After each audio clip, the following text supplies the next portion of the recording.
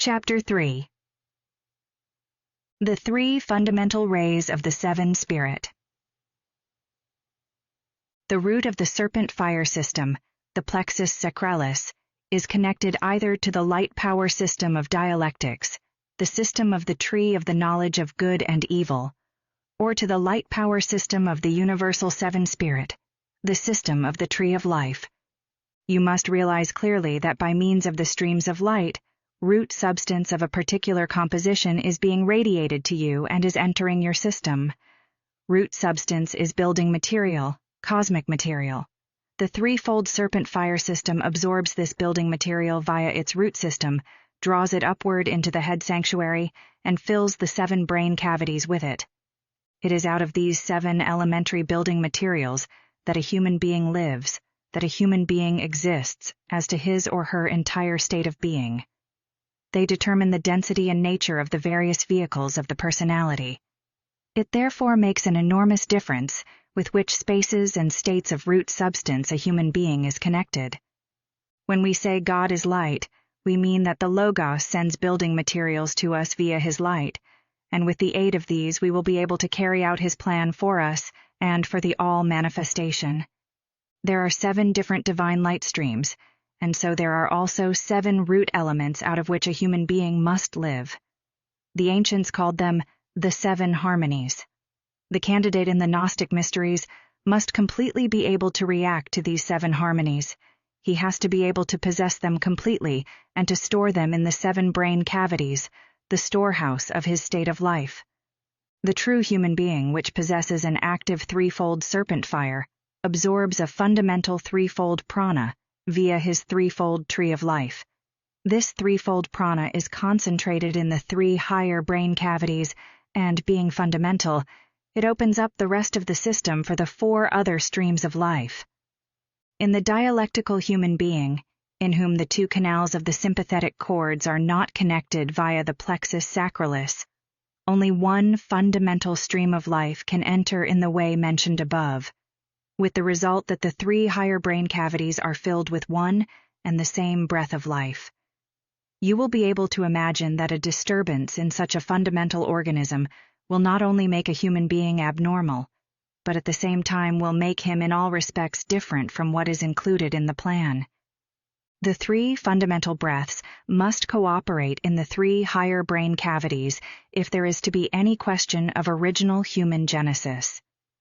These 3 can be indicated, outside of the mysteries, by the numbers 1, 5, 7 or by the Trinity, Father, Son, Holy Spirit.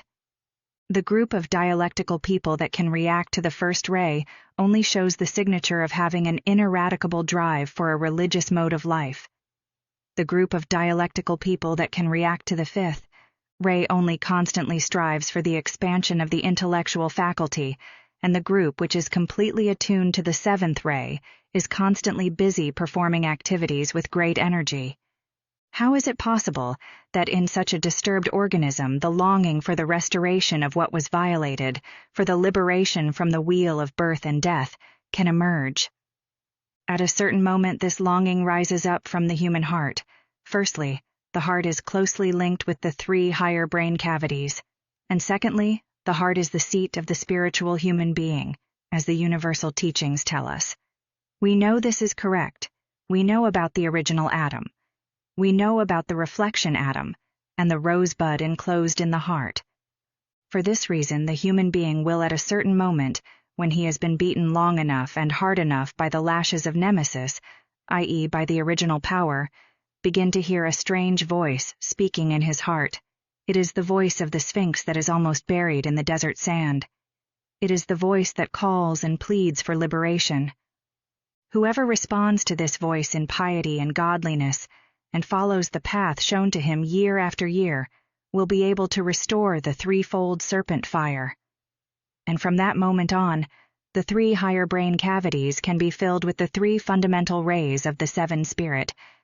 This has marvelous consequences. For example, the often discussed pineal gland is situated in the 6th brain cavity. As soon as this gland receives its divine nutrients, great things begin to occur in the life of the pupil. Perhaps it is a good idea to explain these things a little more closely. One of the functions of the pineal gland is that of an atomic reactor. By this we mean that the pineal gland determines the nature, the structure and the essence of the atoms, which form the foundation of the construction of the personality.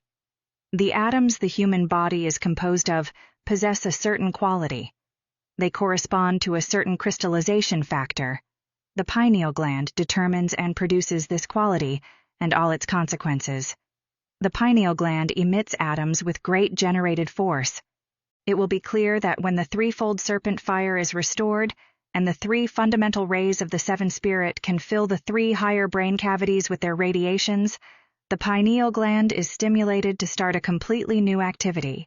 The atomic generator will produce new atoms and spread them throughout the whole being. You will realize that this must result in transfiguration. The spiritual testament of the Brotherhood of the Rosy Cross speaks of the sixth candlestick that must be lit. That sixth candlestick is the sixth brain cavity containing the pineal gland. Hence, when a Rosicrucian ignites the sixth candlestick, this means the beginning of the transfiguration in him. A certain Dr. August Stern has written a newspaper article about the building blocks of nature. He says, "The building blocks of nature play a determining role in our brain. It is a pity for all scientists who study the human consciousness and who have no knowledge of the physics of atoms and atomic nuclei. They will have to return to college to learn to understand the physics underlying the mental processes taking place in the brain." To sum up, as all pupils together form a focal point of the young Gnostic Brotherhood, they reflect the spiritual omnipresent light. With increasing urgency you are being called, and with increasing vigor you are being impelled towards the new creation, towards the conscious manifestation of the new creature, by means of a conscious mode of life based on the soul, in Gnostic magic living, starting with the new activity of the heart in the physical body, and ending with the extinguishing of the last vestiges of the old astral life in the astral body. Your attention is drawn ever more urgently to the need to free the astral body from the astral sphere of the nature of death. In the name of God you are being prepared for the ascent of the spirit soul into the electrical fire ether, the fifth ether, released by the Holy Spirit, so that the awakened spirit soul can breathe, live, and work in it. We therefore hope that very fresh impulses will spring from the heart as a result of your Gnostic directedness and your sensitive susceptibility to the inflowing forces and radiations. May you receive these as a new breath from and through the Holy Spirit, in harmonious attunement to the spirit-soul light of the field of resurrection. May the change from an outward person to an inner man soon be complete.